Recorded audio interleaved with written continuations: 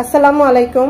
দূরে কাছে যে যেখানে বসে এই মুহূর্তে এই ভিডিওটা দেখছেন তাদের সবাইকে মাহফুজা কিচেন বিডিতে ওয়েলকাম। আজ চিকেন দিয়ে ব্রকলি ফ্রাই করব। তো খুবই ভালো হয় এবং খুবই ঝটপটে, একটু সস দিয়েই, অল্প দুইটা সস দিয়েই হয়ে যাবে, কিন্তু খেতে অসাধারণ হয়। দেখতেই পাচ্ছেন কতটা লোভনীয় হয়েছে।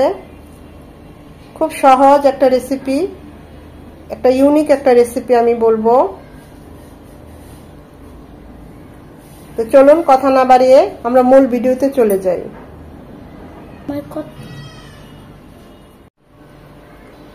চিকেন ব্রোকলি ফ্রাই করার জন্য এখানে আমি একটা মুরগির ব্রেস্ট নিয়েছি, এভাবে একটু লম্বা লম্বা করে কেটে পানিটা ছড়িয়ে নিয়েছি।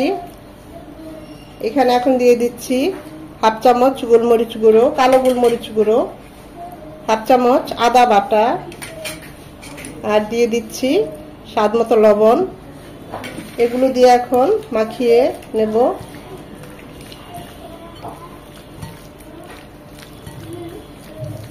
রেস্টে রাখার কোনো দরকার নাই, কারণ আমরা চুলায় যেতে যেতে অন্যান্য ভেজিটেবল গুলো ব্রোকলিটা কাটতে কাটতে আমাদের এটা এমনি 10 মিনিট রেস্ট হয়ে যাবে। এক্সট্রা আর 10 মিনিটের দরকার হবে না। চিকেনটা রেস্টে থাক, এই সুযোগে আমরা একটা সস তৈরি করব। দিয়ে দিচ্ছি লাইট সয়া সস 2 চামচ,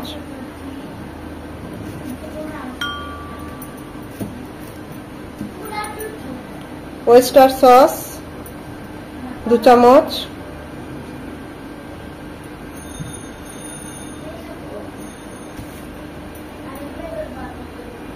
এক চামচ কর্নফ্লাওয়ার, আর হাফ কাপের চেয়েও কম পানি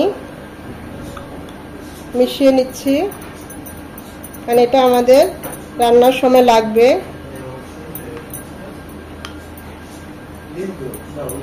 খুব ভালোভাবে মিশিয়ে নিতে হবে। এটাকে পাশে রেখে দেব। এখন আমরা চুলায় চলে যাব। প্যানে দিয়ে দিচ্ছি সয়াবিন তেল 4 চামচের মতো। তেলটা গরম হয়ে এসেছে, এখন আমরা চিকেনটা দিয়ে দিচ্ছি।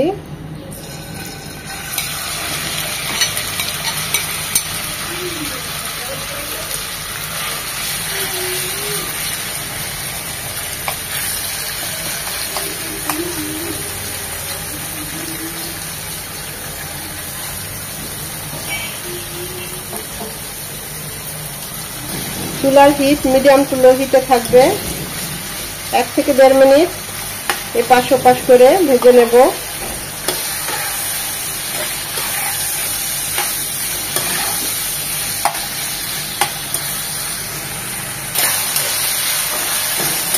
উল্টিয়ে পাল্টিয়ে একদম কড়া করে ভাজবো না, তাহলে চিকেনটা হার্ড হয়ে যাবে, এর জুসিনেসটা থাকবে না।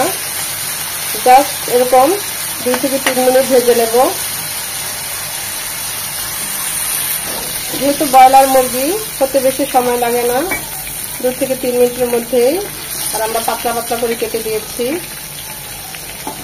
এখন এটা তেলের থেকে ট্রান্সফার করে নেব। দিয়ে দিচ্ছি 2 চামচ রসুন কুচি,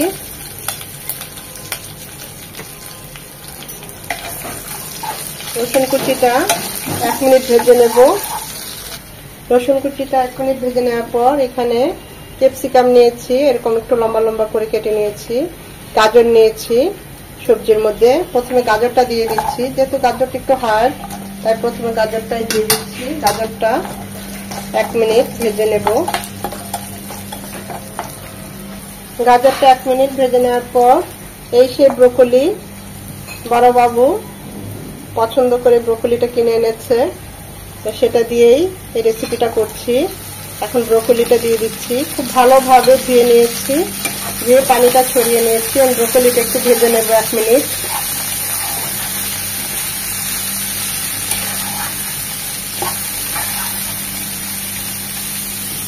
ব্রোকলিটা 1 মিনিট ভেজে নেওয়ার পর দিয়ে দেবো ক্যাপসিকাম গুলো। সব ভালোভাবে একসাথে মিশিয়ে একটু ভেজে নেব।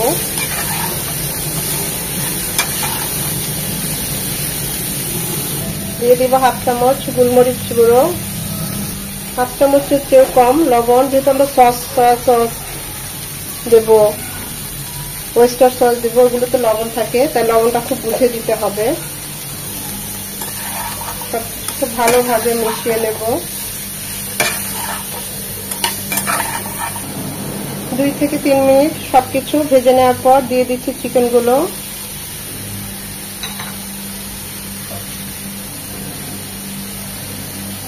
দিয়ে দেবো কাঁচা পাকা মরিচ, মাঝখানে কেটে দিয়েছি। এখন সব ভালোভাবে সবকিছু মিশিয়ে নেব।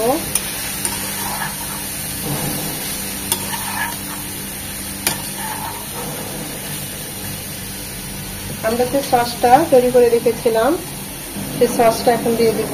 এই পর্যায়ে চুলার হিট একদম লো হিটে থাকবে। অবশ্যই দেওয়ার আগে একটু নেড়ে দিবেন।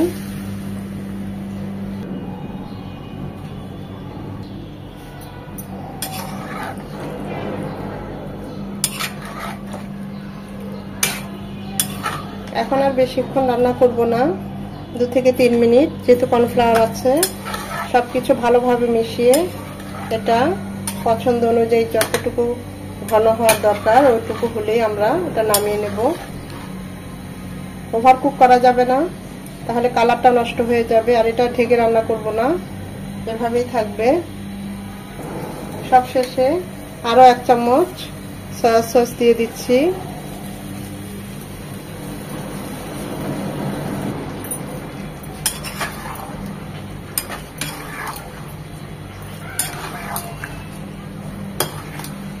থিকনেসটা এরকমই হবে, দেখতেই পাচ্ছেন। আমরা এখন এটা নামিয়ে নেব।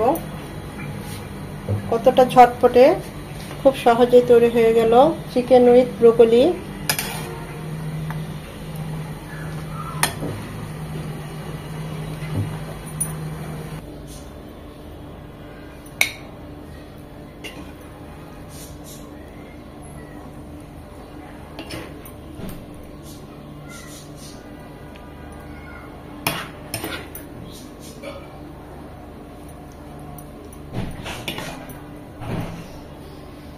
যারা ব্রোকলি খেতে পছন্দ করেন না, এভাবে একবার হলেও রান্না করবেন, দেখবেন তারাও খেতে চাইবে।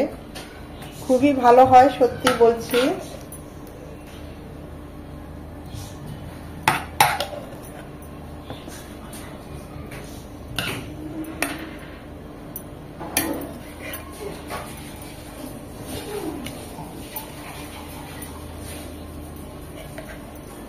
দেখতেই পাচ্ছেন কতটা লোভনীয় হয়েছে।